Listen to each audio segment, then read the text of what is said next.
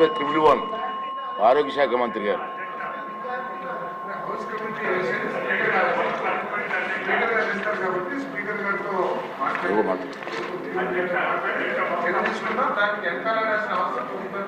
చెప్తాను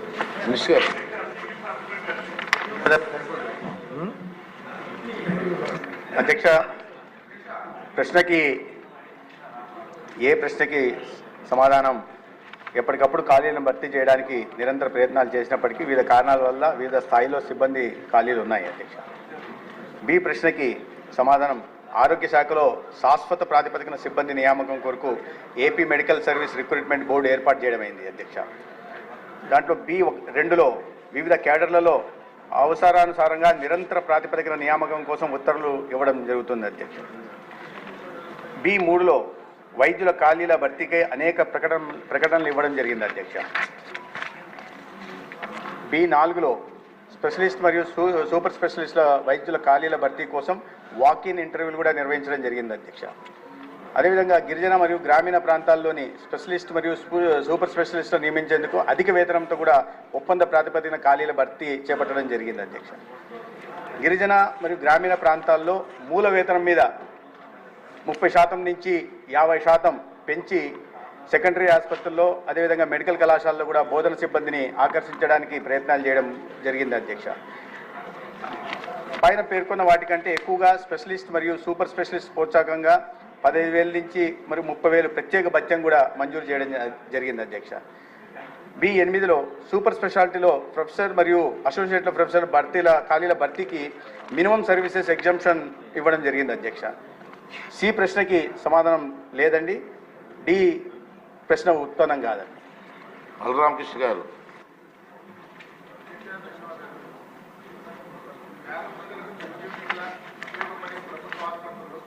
గత ప్రభుత్వ హయాంలో చాలా నిర్వీర్యం అధ్వానంగా మారే అధ్యక్ష. ముఖ్యంగా చూస్తే ఈ యొక్క పిహెచ్సిల్లో సిబ్బంది లేరు, అదేవిధంగా అక్కడ మందులు కొత్త, ల్యాబ్ టెక్నీషియన్ లేరు, ల్యాబ్లు సక్రమంగా పనిచేయట్లేదు, తాగడానికి నీళ్లు లేవు, కనీసం మరుగుదొడ్ల సదుపాయాలు కూడా లేకుండా ఇబ్బంది పడుతున్నారు అధ్యక్ష. అదేవిధంగా చూస్తే కుక్క కాట్లు, పాము కాట్లు ఇలాంటి వాటికి కూడా వ్యాక్సిన్ అందుబాటులో లేకుండా అయిపోయింది అధ్యక్ష. కనీసం నర్సులు కూడా ఉండట్లేదు. గతంలో అయితే డెలివరీలు కూడా పిహెచ్సిలో చేసేవారు అధ్యక్ష, కానీ ఇప్పుడు కనీస వైద్యం కూడా అందుబాటులో లేకుండా అయిపోతుంది. అదేవిధంగా చూస్తే అక్కడి నుంచి ఏ పేషెంట్ వచ్చినా పిహెచ్సికి జిల్లా హాస్పిటల్ పంపించడం మాత్రం జరుగుతుంది. ఆ జిల్లా హాస్పిటల్ కానీ వెళ్తే మా యొక్క రాజమండ్రి జిల్లా హాస్పిటల్లో ఇక్కడ కార్డియాలజీ డాక్టర్ లేరు, న్యూరాలజీ డాక్టర్ లేరు, ఆంకాలజీ డాక్టర్ లేరు, నెఫ్రాలజీ డాక్టర్ లేరు, పల్మనాలజిస్ట్ లేరు. అసలు డాక్టర్లు లేకుండా అక్కడ వైద్యం ఎలా చేయాలో వాళ్ళకి అర్థం కాక వచ్చిన ప్రతి పేషెంట్ని కూడా కాకినాడ హాస్పిటల్ పంపిస్తున్నారు అధ్యక్ష. అదేవిధంగా చూస్తే ఎంఆర్ఐ స్కాన్ ఉంది, సిటీ స్కాన్ మిషన్లు ఉన్నాయి, కానీ సిబ్బంది లేరు, చేసేవాళ్ళు లేక అవి నిరుపయోగంగా ఉంది. ఏ టెస్ట్ చేయాలన్నా బయటికి పంపించడం తప్ప హాస్పిటల్లో ఏ టెస్టులు జరగట్లేదు. జనరేటర్ కూడా సరిగ్గా పనిచేయట్లేదు అధ్యక్ష. అక్కడ ఇలాంటివి చాలా ఉన్నాయి. ముఖ్యంగా చూస్తే మా నియోజకవర్గంలో, రాజనగరం నియోజకవర్గంలో చూస్తే పిహెచ్సిలన్నీ శిథిల వ్యవస్థలో గెలిపోయినాయి అధ్యక్ష. అంబులెన్సుల సౌకర్యం కూడా లేదు. గతంలో అంబులెన్స్ సౌకర్యం సరిగా లేదని చెప్పి మేమే ప్రత్యేకంగా 4 అంబులెన్సులు తయారు చేసి మన ఉప ముఖ్యమంత్రి వర్యులు శ్రీ పవన్ కళ్యాణ్ గారి ద్వారా ప్రారంభించి ప్రజలకు సేవలు అందించాం అధ్యక్ష. ఇప్పుడు కూడా అది ఉచితంగా నడుస్తుంది. అంబులెన్స్ సౌకర్యం కూడా లేదు. ఈ మధ్య మాకు మా నియోజకవర్గం, రాజనగరం నియోజకవర్గంలో సీతానగరం మండలంలో డయేరియా వస్తే కూడా అక్కడ వైద్య సదుపాయాలు లేక ప్రైవేట్ హాస్పిటల్ తరలించాము. సకాలంలో వైద్యం అందక 2 మనుషులు కూడా చనిపోవడం జరిగింది. ఇది గత ప్రభుత్వంలో చేసినటువంటి నిర్వీర్యం వల్ల ఇదంతా జరుగుతుంది. ఇవన్నీ కూడా చాలా ఇబ్బందిగా ఉన్నాయి. ముఖ్యంగా చూస్తే గత చంద్రబాబు నాయుడు గారు 2014-19లో మన ముఖ్యమంత్రి వర్యులు అప్పట్లో గ్రామాల్లో 104 పెట్టి మంచి వైద్యం అనేది అందించేవారు. దాని ద్వారా గ్రామాల్లో అవగాహన కల్పించేవారు. ఈ యొక్క జగన్మోహన్ రెడ్డి గారి ప్రభుత్వంలో అక్కడ ఏ విధమైనటువంటి ఈ 104 అనేది సక్రమంగా అమలు చేయక అక్కడ పేద ప్రజలకి సక్రమంగా వైద్యం అందక గ్రామాల్లో వైద్యాన్ని నిర్వీర్యం చేశారు అధ్యక్ష. అక్కడ ఈ 104లో గతంలో చంద్రబాబు నాయుడు గారు మన ముఖ్యమంత్రి వర్యుల హయాంలో అయితే ఒక డాక్టర్ వచ్చేవారు, ఒక ల్యాబ్ టెక్నీషియన్ వచ్చేవారు, ఒక ఫార్మసిస్ట్ వచ్చేవారు, అక్కడే టెస్టులు చేసి రోగ నిర్ధారణ చేసి వైద్యం అందించేవారు. కానీ ఇప్పుడు అది పరిస్థితి లేదు. లేకపోవడం వల్ల పేద ప్రజలకు అవగాహన లేక ఈ షుగర్ వ్యాధులు పెరిగిపోయి వాళ్ళ సకాలంలో వైద్యం చేయించుకోలేక అవయవాల కాళ్ళు అవి కూడా తీసేస్తున్నారు. అదేవిధంగా చూస్తే క్యాన్సర్ పేషెంట్లు కూడా భయంకరంగా పెరిగిపోయినాయి. వాళ్ళకి అవగాహన ఈ స్క్రీనింగ్ టెస్టులు కూడా చెయ్యకపోవడం వల్ల పేషెంట్లు విపరీతంగా పెరిగిపోతున్నారు. 3rd స్టేజ్ 4th స్టేజ్కి వెళ్ళిపోయిన తర్వాత చూసుకుని అప్పుడు వైద్యం అంతగా చనిపోతున్నటువంటి పరిస్థితి ఉంది. ఇలాంటి వాటిపై మనం ఖచ్చితంగా మెడికల్ వ్యవస్థని కొంచెం హెల్త్ అనే విషయంలో కేర్ తీసుకోవాలని, ఎలాంటి కేర్లు తీసుకుంటున్నారని మంత్రి గారు నేను ప్రశ్నిస్తున్నాను. అదేవిధంగా చూస్తే మా రాజనగరం నియోజకవర్గంలో అయితే వైద్యం అనేది ప్రభుత్వ పరంగా అందాల్సినటువంటి పరిస్థితులు లేవు. పిహెచ్సిల్ని కనీసం సదుపాయాలు కల్పించాలి. ముఖ్యంగా మేము కోరుకుంటున్నది ఏంటంటే ఆ పిహెచ్సిలు ఏదైతే పబ్లిక్ హెల్త్ సెంటర్స్ ఉన్నాయో సిహెచ్సిగా మార్చాలని చెప్పేసి కోరుతున్నాము. ఇందులో ముఖ్యంగా గత ప్రభుత్వ హయాంలో అయితే సిహెచ్సి శాంక్షన్ అయినప్పటికీ కూడా దాన్ని పూర్తి స్థాయిలో దాన్ని అమల్లోకి ఎందుకు తీసుకురాలేదనే దాని గురించి విచారిస్తే కొంతమంది చెప్పేది ప్రైవేట్ హాస్పిటల్కి గత హయాంలో ఆ ప్రభుత్వం చేసినటువంటి నిర్వీర్యం వల్ల మాత్రమే ఇది జరిగిందని చెప్పి ప్రైవేట్ హాస్పిటల్కి స్వలాభం కోసం ప్రభుత్వ హాస్పిటల్ అన్ని నిర్వీర్యం చేస్తున్నాడనే విషయం కూడా ఆరోపణలు ఉన్నాయి అధ్యక్ష. వీటిపై విచారణ జరిపించి ప్రజలకు న్యాయం చేసి పేదలకి సక్రమంగా వైద్యం అందే విధంగా చేయాలని చెప్పేసి తమ ద్వారా మంత్రివారిని కోరుతున్నాను అధ్యక్ష. ధన్యవాదాలు అధ్యక్ష. సురేష్ గారు ఉదయగిరి.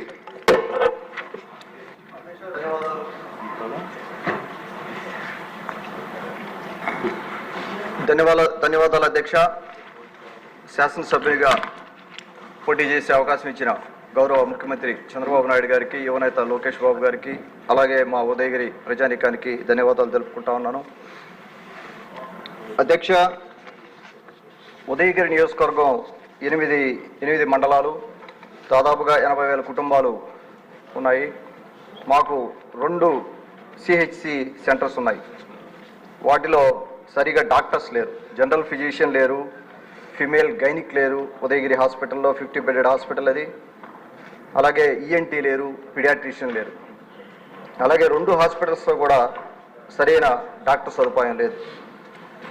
రీసెంట్గా ఒక 12 ఏళ్ల అబ్బాయి స్నేక్ బైట్ అయితే నైట్ టైం పడుకుని ఉంటే బెడ్ మీద హ్యాండ్ కిందకి పడినప్పుడు స్నేక్ బైట్ చేస్తే ఆ కుర్రోడ్ని సేవ్ చేసుకోలేకపోయాం. ఎమర్జెన్సీ వ్యవస్థ లేదు, సరైన ఎక్విప్మెంట్ లేదు. సో వీటన్నిటినీ ఒక షార్ట్ డిస్కషన్ పెట్టాల్సిన అవసరం ఉంది అధ్యక్ష.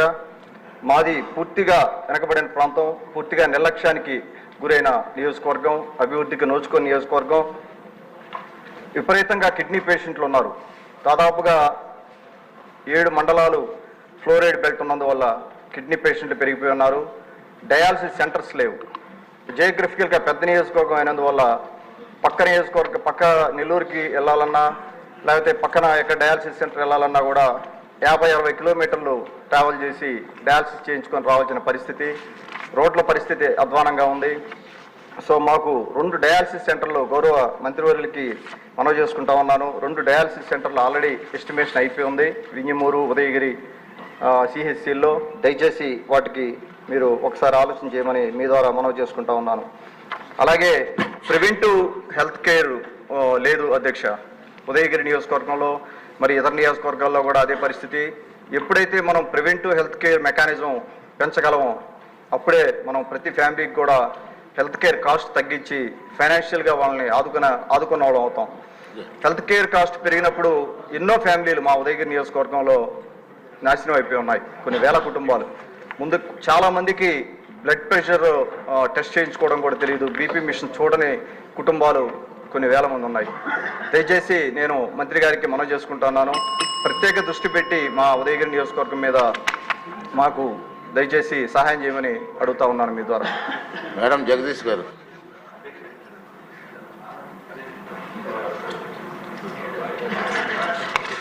ధన్యవాదాలు అధ్యక్ష. శాసనసభలో మాట్లాడే అవకాశం ఇచ్చినటువంటి సభ్యులకు అందరికీ నమస్కారాలు.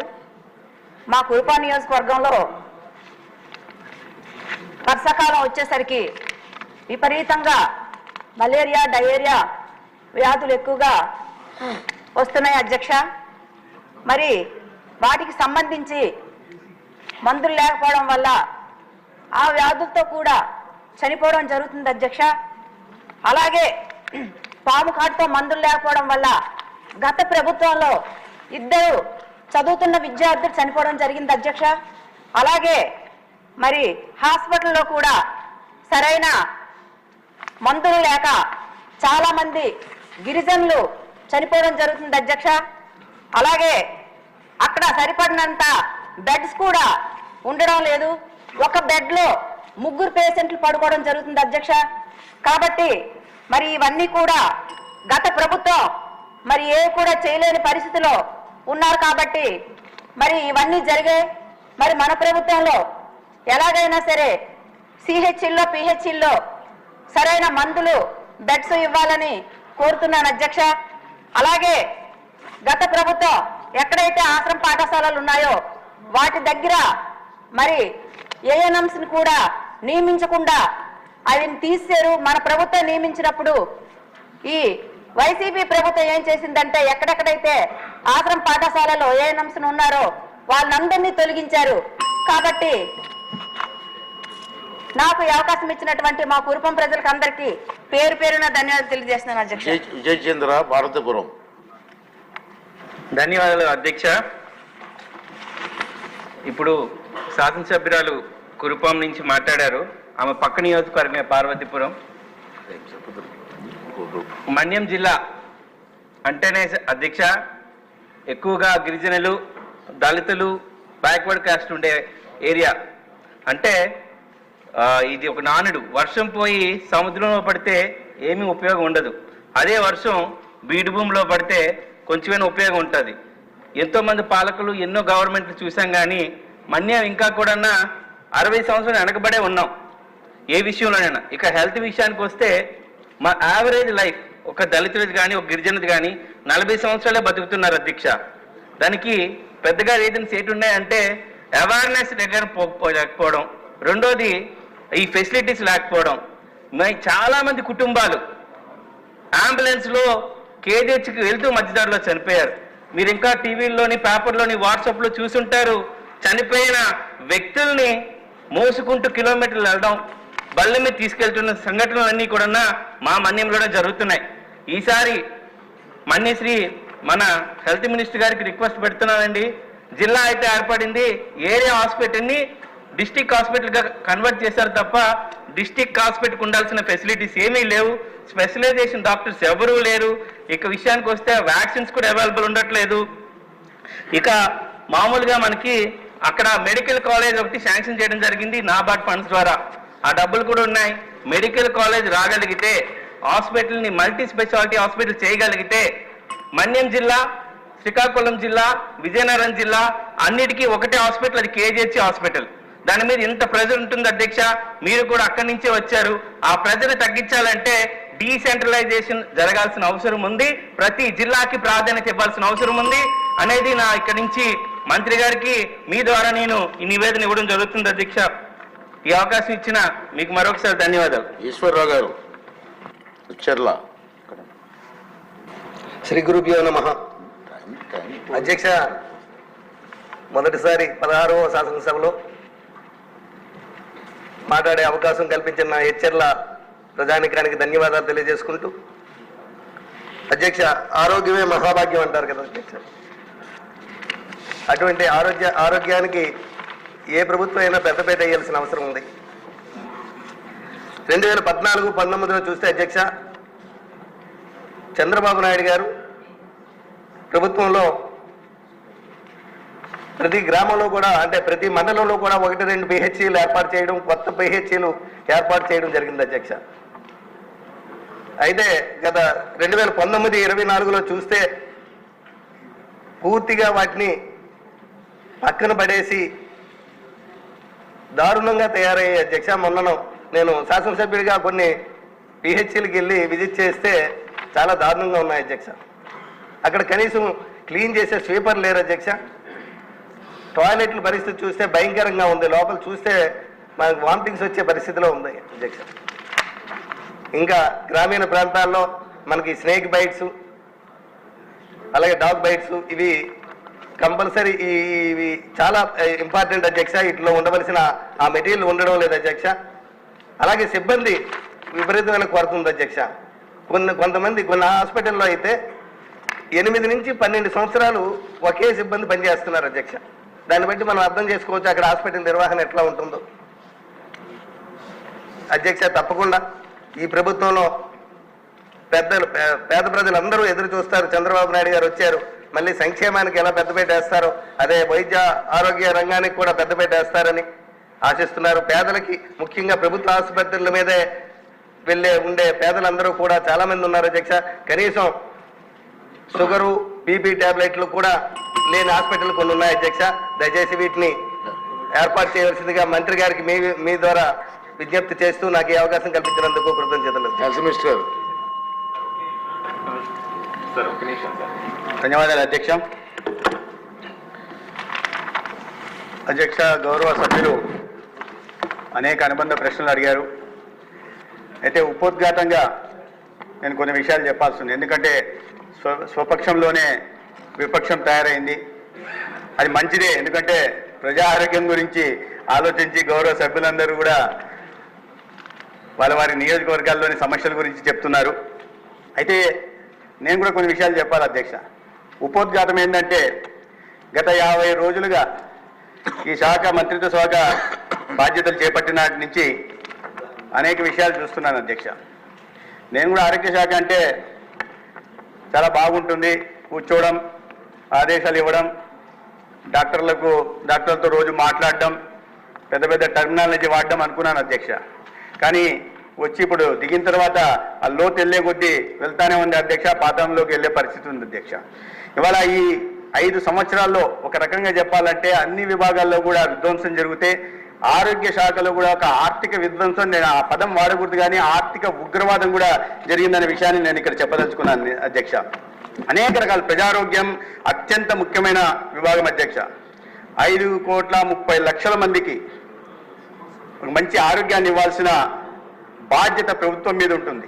అయితే గత ప్రభుత్వం ఈ విషయాలన్నింటినీ పక్కన పెట్టి కేవలం అబద్ధ ప్రచారాలు చేసుకుంటూ తిమ్మిని బమ్మిని చేసి చెయ్యని వాటిని చేసినట్టుగా చెప్పుకుంటూ ఆర్భాటపు ప్రచారానికి పాల్పడింది.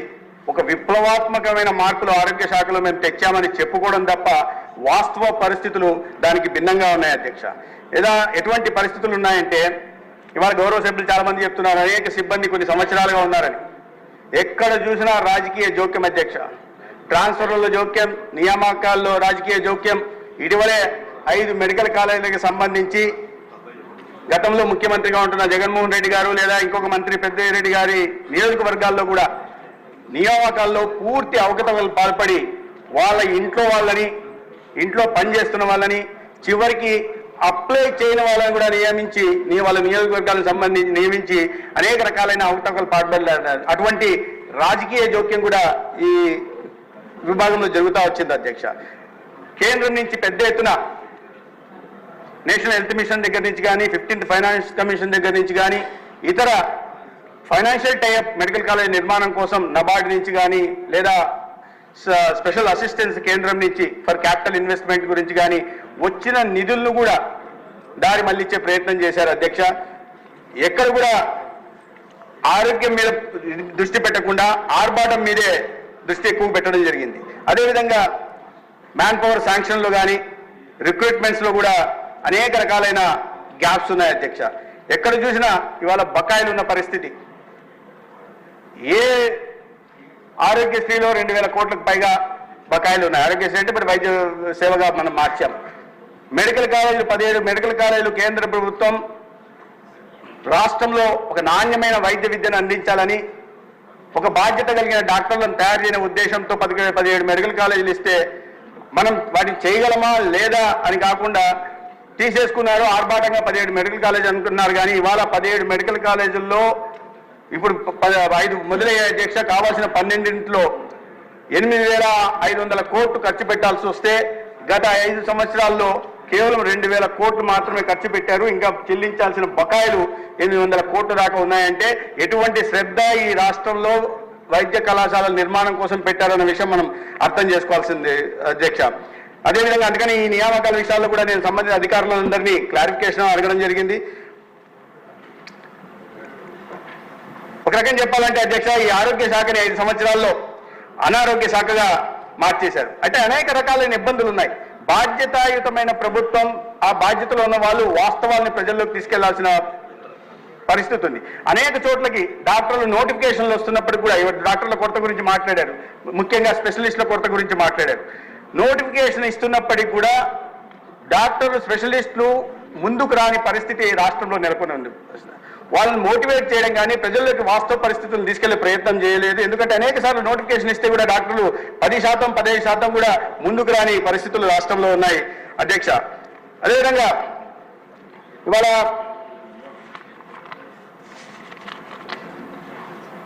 ఇంకా మీకు వేకెన్సీస్ ఎక్కువ కనిపించడానికి కూడా ప్రధాన కారణం ఏంటంటే అధ్యక్ష, నేషనల్ మెడికల్ కౌన్సిల్ గతంలో పాత నిబంధనల ప్రకారం ఒక్కొక్క మెడికల్ కాలేజీకి 706 సిబ్బంది కావాల్సి ఉంటే కొత్త నిబంధనల ప్రకారం 1300 కావాల్సి ఉంది అధ్యక్ష. అందుకని ఇప్పటికే మొదలైన 5 కాలేజీలు, రాబోయే 13 కాలేజీలు, 12 కాలేజీలు మొత్తానికి కలిపి పెద్ద మొత్తంలో వేకెన్సీస్ ఉన్నట్టుగా మనకు కనిపిస్తూ ఉంటుంది. అయితే నేను గౌరవ సభ్యులు అడిగిన విషయాల్లోకి వెళ్లే ప్రయత్నం చేస్తాను. గౌరవ సభ్యులు రామకృష్ణ గారు ముఖ్యంగా కుక్క కాటు, పాము కాటు గురించి చెప్పారు. అయితే గత ఈ క్వార్టర్కి సంబంధించి మన ప్రభుత్వం వచ్చిన తర్వాత ఈ క్వార్టర్కి సంబంధించి అన్ని చోట్ల డిస్ట్రిక్ట్ మెడిసిన్ వేర్ హౌసెస్లో తగిన మొత్తంలో వ్యాక్సిన్ చేర్చే ప్రయత్నం చేశాం.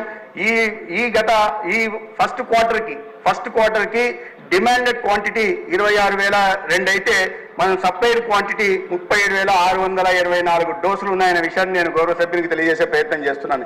ఇప్పుడు కూడా స్టాక్లో 24,314 యాంటీ స్నేక్ వీనమ్స్ ఉన్నాయి అధ్యక్ష. అదేవిధంగా యాంటీ రేబిస్ వీనం కూడా డిమాండెడ్ క్వాంటిటీ 1,11,911 అయితే మనం సప్లైడ్ క్వాంటిటీ 1,46,741 ఉంది. 69,174 ఇవాళ డిఎండబ్ల్యూలో డిస్ట్రిక్ట్ మెడిసిన్ వేర్ హౌసెస్ లో అందుబాటులో ఉన్నాయి అధ్యక్ష. అయితే వీటిని కింద స్థాయి దాకా ఉన్నాయా, పిఎస్సీల దాకా చేరాయా లేలా అనే విషయాన్ని కూడా పూర్తిగా ఒకసారి సమీక్ష చేసుకుని భవిష్యత్తులో ఎక్కడ కూడా ఒక ప్రాణం పోయే పరిస్థితి లేకుండా ప్రభుత్వం బాధ్యత తీసుకుంటుంది అధ్యక్ష. దాని గురించి నిరంతర సమీక్షలు చేయడం జరుగుతుంది. సంబంధిత అధికారులకు కానీ సంబంధిత వైద్యాధికారులకు కూడా చెప్పడం జరుగుతుంది. మన నిర్లక్ష్యం ఖరీదు ఒక ప్రాణం కాకూడదన్న విషయాన్ని పదే పదే చెప్పి వాళ్ళ బాధ్యతను తెలియజేసే ప్రయత్నం కూడా చేస్తా ఉన్నాం అధ్యక్ష. అదేవిధంగా రాజమండ్రి గురించి ప్రత్యేకంగా గౌరవ సభ్యులు ప్రస్తావించారు. రాజమండ్రి గత సంవత్సరం మొదలైన మెడికల్ కాలేజ్ అధ్యక్ష. అందుకని అనేక స్పెషాలిటీ వేకెన్సీస్ ఉన్నాయి అక్కడ. వాటిని ఇవాళ నోటిఫికేషన్ ఇవ్వడం జరిగింది. తొందరలోనే వాటిని నియామకం చేసే ప్రయత్నం చేస్తాం అధ్యక్ష. అదేవిధంగా అనేక చిన్న చిన్న విషయాలు కూడా చెప్పడం జరిగింది. అంబులెన్సులు లేవని, మౌలిక సదుపాయాలు లేదని, తర్వాత డాక్టర్లు లేని, నీళ్లు లేవని, టాయిలెట్ లేవని, ఇవన్నీ వాస్తవం అధ్యక్ష. ఎందుకంటే గత 5 సంవత్సరాలు ఈ ఆరోగ్య శాఖ పట్ల గత ప్రభుత్వం వహించిన నిర్లక్ష్యం కారణంగా ఇవాళ ఈ పరిస్థితులు నెలకొని ఉన్నాయి. వీటి అన్నిటి మీద నిరంతరం సమీక్ష జరుగుతూ ఉంది. ఎక్కడికక్కడ పై స్థానించి, ఎందుకంటే చాలా పెద్ద హ్యూజ్ నెట్వర్క్ కాబట్టి కింద దాకా వీటిని అన్ని సరిచేసి ప్రక్షాళన చేసి సరిచేసే కార్యక్రమం కూడా ఈ రాష్ట్రంలో గౌరవ ముఖ్యమంత్రి చంద్రబాబు నాయుడు గారి నాయకత్వంలో, గౌరవ ఉప ముఖ్యమంత్రి పవన్ కళ్యాణ్ గారి నాయకత్వంలో జరుగు తీరుతుంది. దీనికి కేంద్ర ప్రభుత్వ సహకారం కూడా నేషనల్ హెల్త్ మిషన్ ద్వారా సంపూర్ణంగా లభిస్తూ ఉంది అధ్యక్ష. అదేవిధంగా గౌరవ ఇతర సభ్యులు కూడా చెప్పారు, సిఎస్సీలు పెట్టారు కానీ సిఎస్సీలో సిబ్బంది లేదని. గతంలో ఆర్భాటంగా సిఎస్సీని పెట్టేశారు. సిఎస్సీని ఏరియా హాస్పిటల్ చేశారు, ఏరియా హాస్పిటల్ని డిస్ట్రిక్ట్ హాస్పిటల్ చేశారు. కానీ చేస్తున్న క్రమంలో అక్కడ తగిన సిబ్బంది ఉందా లేదా, అక్కడ తగిన మౌలిక సదుపాయాలు ఉన్నాయా లేవా, అక్కడ ఎంత ఫుట్ఫాల్ ఉంటుంది, దానికి అనుగుణంగా మనం మౌలిక సదుపాయాలు కల్పన చేశామా లేదా అనే విషయాన్ని పరిగణలోకి తీసుకోకుండా అనాలోచితంగా నిర్ణయాలు తీసుకున్నారు అధ్యక్ష. గౌరవ సురేష్ గారు చెప్పారు, ఉదయగిరి గారు మాట్లాడారు. ఉదయగిరితో నాకు అనుబంధం ఉంది. నెల్లూరు జిల్లాతోనూ ఉదయగిరిలో ఎటువంటి వెనుకబడిన ప్రాంతము కూడా మాకు తెలుసు. అక్కడ ఉన్న భౌగోళికంగా ఉన్న పరిస్థితులు కానీ ఆర్థిక సామాజిక పరిస్థితులు కూడా అవగాహన ఉంది. కాబట్టి తొందరలోనే వింజమూరులో మీరు అన్నట్టుగా వింజమూరు, దుత్తలూరులలో డయాలసిస్ సెంటర్లు పెట్టడానికి ప్రయత్నం ఖచ్చితంగా చేస్తాం. ప్రివెంటివ్ హెల్త్ కేర్ గురించి ప్రస్తావించారు. ప్రివెంటివ్ హెల్త్ కేర్ ఈ ప్రభుత్వం వచ్చిన మొదట్లోనే ముఖ్యంగా ఈ రాష్ట్రంలో అత్యధిక మంది క్యాన్సర్ బారిన పడి ఏటా 48,000 మంది చనిపోతున్న క్రమంలో రాష్ట్రంలో ఉన్న 5,30,00,000 మందికి oral cancer, breast cancer, cervical cancer screening చేస్తున్నాం అధ్యక్ష. దానివల్ల కింది స్థాయిలోనూ ఎక్కువ ఖర్చు అయ్యే క్యాన్సర్ మహమ్మారి బారిన పడకుండా కింది స్థాయిలో డిటెక్ట్ చేయడం కోసం ప్రివెంటివ్ తీసుకుంటున్నాం. అదేవిధంగా విద్యార్థి దశలోనే ముందస్తు జాగ్రత్తలు తీసుకోవడం కోసం, ప్రివెంటివ్ మెజర్స్ తీసుకోవడం కోసం 68 లక్షల మందికి రాష్ట్రీయ బాల సురక్ష కింద పథకం కింద, కేంద్ర ప్రభుత్వం కింద పథకం కింద 68 లక్షల మందికి కూడా స్క్రీనింగ్ చేసే ప్రయత్నం చేస్తున్నాం అధ్యక్ష. ధన్యవాదాలు అధ్యక్ష.